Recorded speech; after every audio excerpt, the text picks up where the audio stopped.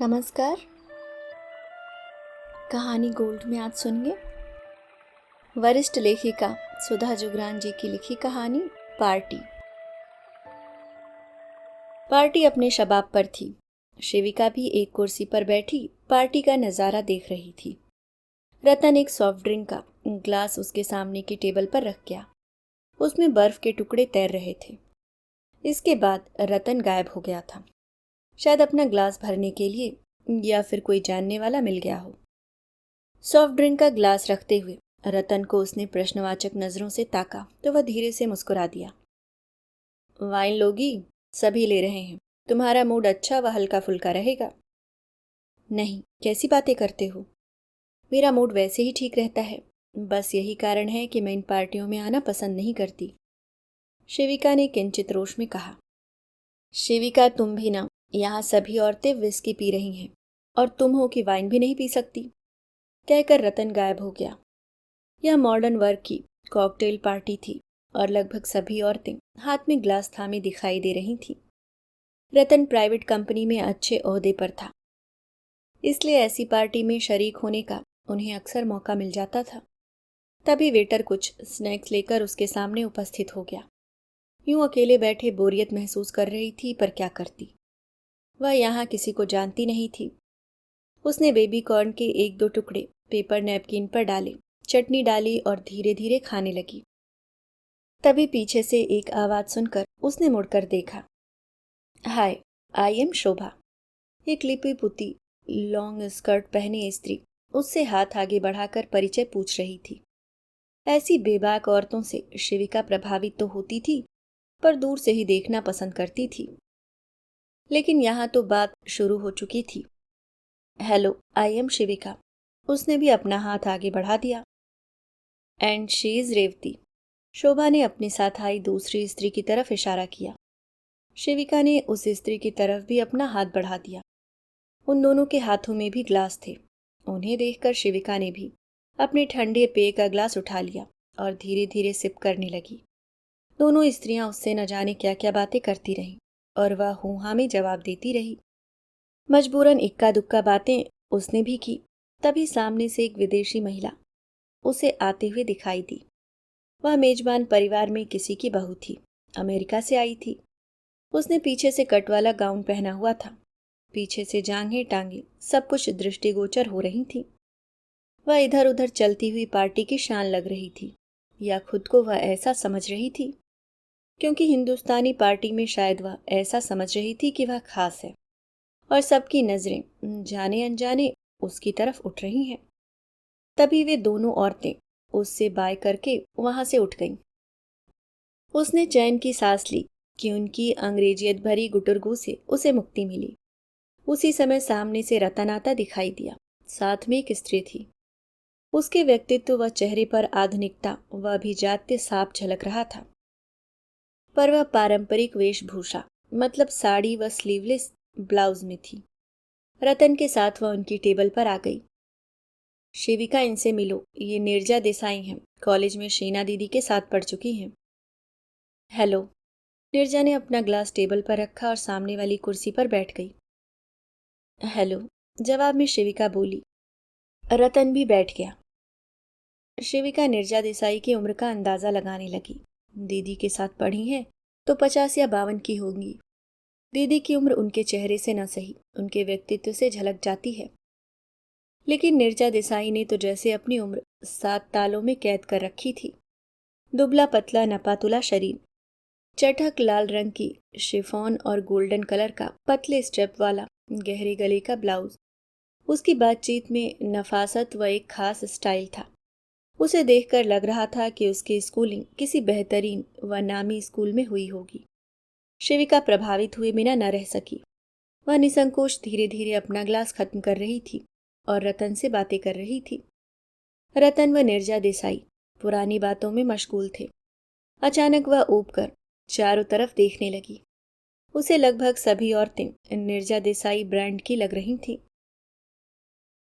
वैसे उसका खुद का व्यक्तित्व भी कुछ कम न था। वह उच्च शिक्षित थी, फिर भी इस तरह की स्त्रियों के साथ वह खुद को हमेशा अनफिट महसूस करती थी। शिविका को अपनी बातों के बीच अलग थलग पढ़ते देख रतन उससे मुखातिब हुआ। शिविका निर्जा देसाई के पति शहर के जाने माने उद्योगपतियों में से एक हैं। अच्छा। शिविका कुछ और बोलती इससे पहले एक पुरुष निर्जा देसाई के बगल में आकर खड़ा हो गया।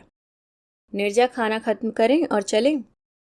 ओह देवेश, निर्जा बोली, इनसे मिलो, यह रतन है और यह इनकी पत्नी शिविका। रतन की दीदी मेरे साथ कॉलेज में पढ़ती थी। देवेश व उन दोनों के बीच शालीन अभिवादन का आदान प्रदान हुआ। शिविका ने निर्जा के पति को ध्यान से देखा। दोनों पति पत्नी शायद एक दूसरे के लिए ही बने थे। मिस्टर देसाई को देखकर भी कोई उनकी उम्र का अंदाजा नहीं लगा सकता था।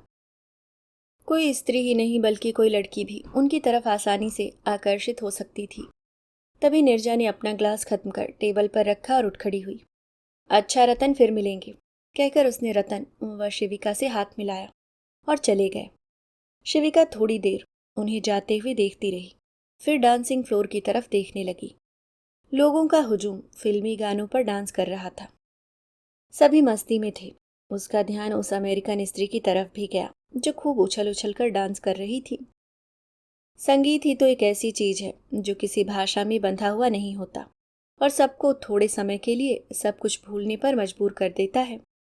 धीरे धीरे सब लोग खाना खाकर जाने लगे। पार्टी की रंगत कम होने लगी। रतन व शिविका भी खाना खाकर घर चल दिए। न जाने क्यों एक अजीब सी खामोशी शिविका के दिल पर छा गई थी। वह कार में भी चुपचाप बैठी रही। रतन चहक चहक कर कभी निर्जा व कभी दूसरों की बातें करता रहा। उसे इस तरह की पार्टियां अच्छी लगती थीं, लेकिन शिविका पार्टी से घर आकर भी उसका मन उदास था। यूं वह स्वभाव से चुलबुली थी, पर अक्सर इस तरह की भीड़भाड़ में वह मितभाषी हो जाती थी। ऐसे समय उसका आत्मविश्वास पता नहीं कहाँ चला जाता। फालतू की दिखावटी गप्पे उससे हो ही नहीं पाते थे। वह हसरत से उन औरतों की तरफ देखती जो तितली जैसी इधर उधर उड़ती फिरती, फराटे से एक खास स्टाइल में अंग्रेजी बोलती। वह बेबाक होकर औरतों, आदमियों व अपने परायों से बातें करती। इस तरह की औरतें उसे अक्सर अभिजात्य लगती। घर आकर भी वह चुपचाप सी रही। इस तरह की पार्टियों से आकर अक्सर ही वह खुद को व खुद के जीवन को तोलने लग जाती है। जाने अनजाने अपनी तुलना दूसरों से करने लग जाती। क्या बात है? रतन उसे छूता हुआ बोला। थक गई हो क्या? इतनी चुप क्यों हो? बस ऐसे ही नींद आ रही है, कहकर वह कपड़े बदलकर बिस्तर पर लेट गई। रतन बिस्तर पर लेटते ही सो गया। वह काफी देर तक पार्टी के बारे में, उन औरतों के बारे में, उनकी बातों, उनके कपड़ों व जेवरों के बारे में सोचती रही। मेरा भी क्या जीवन है, दिन भर काम करो। यूं तो मेहरी बड़े बड़े सभी काम कर जाती है, पर शेष सब कुछ व अंदर बाहर के सभी काम मुझे ही करने पड़ते हैं। बच्चों की पढ़ाई व खर्चे के कारण अपने कई खर्चे कम करने पड़ते हैं। कमी भी कुछ नहीं, पर खास भी कुछ नहीं। जरूरत का सभी कुछ, पर स्टाइल का कुछ भी नहीं जो खास हो और दूसरों से अलग हो। खास स्टाइलिश जीवन शैली के लिए बहुत पैसा चाहिए जो हमारे पास कभी हो नहीं सकता। ऐसा ही सीमित जीवन बिताते हुए हम बूढ़े हो जाएंगे और एक दिन इस दुनिया से चले जाएंगे। कुछ चीजों से तो हम कभी भी रूबरू नहीं हो पाएंगे। संसार का बहुत कुछ अप्राप्त, अनदेखा व अनभोगा ही रह जाएगा। ऐसा ही कुछ सोचते सोचते उसे नींद आ गई। सुबह उठी तो रात के विचार बासी हो चुके थे। उसके सामने भरी पूरी गृहस्थी थी और वह उसकी स्वामिनी थी। वह अपनी दिनचर्या में जुट गई। बच्चों का टिफिन तैयार कर उन्हें स्कूल भेजा। गेट से अपने प्यारे बच्चों को बाय कर वापस आते हुए अंतर मन में एक गरिमामय व ममतामयी होने का एहसास हुआ। 9 बजे के आसपास रतन भी तैयार होकर ऑफिस के लिए चल दिया। कार स्टार्ट करते हुए रतन ने उसे मीठी मुस्कान से देखा और उसे छेड़ने के लिए धीरे से आंख दबा दी। उसने घबराकर इधर उधर देखा। पल भर के लिए उस छोटी सी दुनिया से चुराए गए एक पल में उन दोनों ने हजारों बातों का, भावनाओं का आदान प्रदान कर दिया जो कभी सालों में भी नहीं हो पाता। दोपहर में बच्चे घर आए। कुछ समस्याएं उन्होंने बताई। शाम को रतन ऑफिस से घर आया। फिर से वही काम, वही व्यस्तता। इन्हीं सब से जूझते हुए रात होते होते कल की पार्टी वाले विचार फिर हावी हो गए। समस्त सुख सुविधापूर्ण स्टाइलिश जीवन शैली जीती हुई वे औरतें कितनी खुशनसीब हैं। अभी इस बात को बीते हुए कुछ ही दिन बीते होंगे। एक दिन वह अपनी सहेली के साथ शॉपिंग के लिए गई। शॉपिंग से लौटते हुए वे एक कॉफ़ी हाउस में कॉफ़ी पीने के लिए बैठ गईं। तभी उसे सामने की टेबल पर मिस्टर देसाई का चेहरा नजर आया। उसे उन्हें पहचानने के लिए ध्यान से देखा। वे शर्तिया वही थे, पर निर्जा देसाई के साथ नहीं, बल्कि एक अन्य स्त्री के साथ। वह स्त्री निर्जा से भी जवान व सुंदर थी और काफी कम उम्र भी। हो सकता है कोई रिश्तेदार हो, लेकिन किसी रिश्तेदार के साथ इस समय यूं अकेले कॉफी हाउस में, शंका मन में उठ खड़ी हुई। तभी उसने टेबल पर दोनों के हाथों को आपस में धीरे धीरे से उलझते पाया। वह अचंभित सी उन दोनों को देखने लगी। ठीक उसी समय मिस्टर देसाई की नजर भी उस पर पड़ी। दोनों की आंखें पल भर के लिए चार हुई। उनकी आंखों के भाव देखकर लगा जैसे उन्होंने उसे पहचान लिया था। मिस्टर देसाई ने शीघ्रता से उस महिला का हाथ छोड़ दिया। अब तो संशय की कोई गुंजाइश नहीं थी। जिस मिस्टर देसाई को देखकर वह उस दिन इतनी अभिभूत हुई थी, वे ऐसे हैं। उसने अपनी सहेली का हाथ पकड़ा और खींचती हुई कॉफी हाउस से बाहर आ गई। शाम को जब उसने रतन से यह बात कही तो वह हंसने लगा। तुम्हें कोई आश्चर्य नहीं हुआ मिस्टर देसाई के चरित्र के बारे में जानकर? उसने पति से पूछा। कैसा आश्चर्य शिविका? तुमने उनको पार्टी में देखकर सोचा होगा कि मिस्टर देसाई जैसे हैंडसम ग्रेसफुल लोग बहुत कम होते हैं। मेरा इस तरह के लोगों से वास्ता पड़ता ही रहता है, जो दो चेहरे रखते हैं। उनका दिखाने का चेहरा कुछ और, व असली चेहरा कुछ और होता है। पैसे की चमक दमक के पीछे उनके सारे दुर्गुण छिप जाते हैं। सामाजिक रूप से उनकी एक बीवी होती है, लेकिन पर्दे के पीछे कई बीवियां होती हैं। महीनों बिजनेस के सिलसिले में बाहर रहते हैं मिस्टर देसाई। अंधाधुंध पैसा है उनके पास। उनके चारों तरफ मंडराने वालियों की कमी नहीं है। तुम्हें यह कुछ भी अजीब नहीं लगता? और वह भी इस उम्र में। बेचारी निर्जा देसाई, वे कितना विश्वास करती होंगी अपने पति पर। सबको अपनी तरह या मेरी तरह मत सोचो। पार्टी में उन दोनों को देखकर तुमने सोचा होगा कि वे दोनों तो बस एक दूसरे के लिए ही बने हैं और उन दोनों के बीच में अथाह प्यार होगा। तुम क्या समझती हो कि मिस्टर देसाई के विवाहेतर संबंधों के बारे में निर्जा देसाई को पता नहीं है? कुछ लोग ऐसे ही जीते हैं। उस निर्जा देसाई के बारे में मैं अच्छी तरह से जानता हूँ। दिन में भी पीकर सोती है, लेकिन शाम की पार्टियों की रौनक होती है। जवानी में वह क्या थी, यह दीदी भी अच्छी तरह जानती है। तब तो उसके कई दोस्त थे, पर अभी भी वह कम उम्र के पुरुषों के साथ खूब दोस्ती रखती है। लेकिन यह सब तुमने उस दिन तो नहीं कहा। क्योंकि मैंने जरूरी नहीं समझा। उनकी व्यक्तिगत जिंदगी से हमें क्या लेना देना, और हम उनकी आलोचना करके भी क्या कर लेंगे। मिस्टर देसाई व निर्जा देसाई जैसे लोगों की कमी नहीं है इस दुनिया में। उस दिन भी उस पार्टी में ऐसी कई औरतें व आदमी रहे होंगे जिनको हम नहीं जानते। मिस्टर देसाई व निर्जा देसाई को तुमने नजदीक से देखा, इसलिए जाना। बड़ी बड़ी पार्टियों में तुम उनको देखकर सोचोगी जैसे वे दोनों बस एक दूसरे के लिए ही बने हैं, और उनकी बातचीत की नफासत देखकर सोचोगी कि वे शायद कभी एक दूसरे से ऊंचे स्वर में भी बात नहीं करते होंगे। दूर के ढोल सुहावने होते हैं शिविका। हर चमकने वाली चीज सोना नहीं होती। दुनिया ऐसी ही है और ऐसी ही चलती रहती है। हर इंसान के जीवन की प्राथमिकता अलग होती है। जैसे तुम्हारे जीवन की प्राथमिकता घर, पति व बच्चे हैं, मेरे जीवन की प्राथमिकता मेरा परिवार व मेरा करियर है। तुम हर वक्त यही सोचती हो कि अपने परिवार को कैसे क्या और सुख। मैं सोचता हूँ कि अपने परिवार के लिए कितनी अधिक से अधिक सुविधाएं जुटा सकूं। मेरे लिए तुम ही दुनिया की सबसे अच्छी व खूबसूरत स्त्री हो। हम दोनों एक दूसरे से परिपूर्ण हैं और दोनों ही एक दूसरे के जीवन का सच। लेकिन सभी की जीवन शैली यही हो, उनके जीवन का सच भी यही हो, यह जरूरी नहीं। कहकर रतन अपनी फाइलों में उलझ गया। शिविका दुविधा में पड़ गई। न जाने क्यों शिविका को रतन के कथन पर विश्वास होते हुए भी विश्वास नहीं हो रहा था। उसे याद आया उस दिन निर्जा देसाई ने उसे कभी घर आने का न्योता दिया था। हालांकि न्योता महज औपचारिक ही था, यह जानते हुए भी शिविका दूसरे दिन रतन के ऑफिस जाने के बाद तैयार हुई और ऑटो रिक्शा से ढूंढते ढूंढते निर्जा देसाई के घर पहुंच गई। गेट पर खड़ी दरबार ने पूरी औपचारिकता निभाई। शिविका से पूछकर दरबार ने अंदर खबर भिजवाई कि शीना दीदी की भाभी आपसे मिलने आई हैं। स्वीकृति पाकर दरबार ने उसे अंदर जाने की इजाजत दे दी। देसाई विला देखकर तो पल भर के लिए वह आश्चर्यचकित रह गई। ऐसी साज सज्जा तो उसने फिल्मों में देखी है। एक नौकरानी उसे अंदर लिवा ले गई। मैडम आपको अंदर बेडरूम में ही बुला रही हैं, कहकर वह उसे अंदर बेडरूम में ले गई। अंदर कदम रखते ही एक बासी भपके ने उसका स्वागत किया। जहीन महीन व नफासत वाले व्यक्तित्व की स्वामिनी निर्जा देसाई की असलियत जैसे पल भर के लिए सामने आ गई। रात के पहने हुए महंगे कपड़े सोफे पर इधर उधर लटके थे। महंगे नाइट गाउन में निर्जा देसाई बेड पर अधलेटी सी थी। आओ शिविका, आओ, कैसे आना हुआ? शिविका अचकचा गई। यह कैसा सवाल था कि आने वाला सुनकर अपने आप से ही जवाब पूछने लग जाए कि वह यहाँ क्यों आया। कमरे में भारी पर्दों के कारण अंधेरा सा था। बाहर खिला हुआ दिन था, लेकिन मोटे रेशमी महंगे पर्दों ने बाहर की प्राकृतिक धूप के खुशनुमा उजाले को अंदर आने से रोक रखा था। आओ बैठो, कहकर निर्जा देसाई भी उठकर बैठ गई।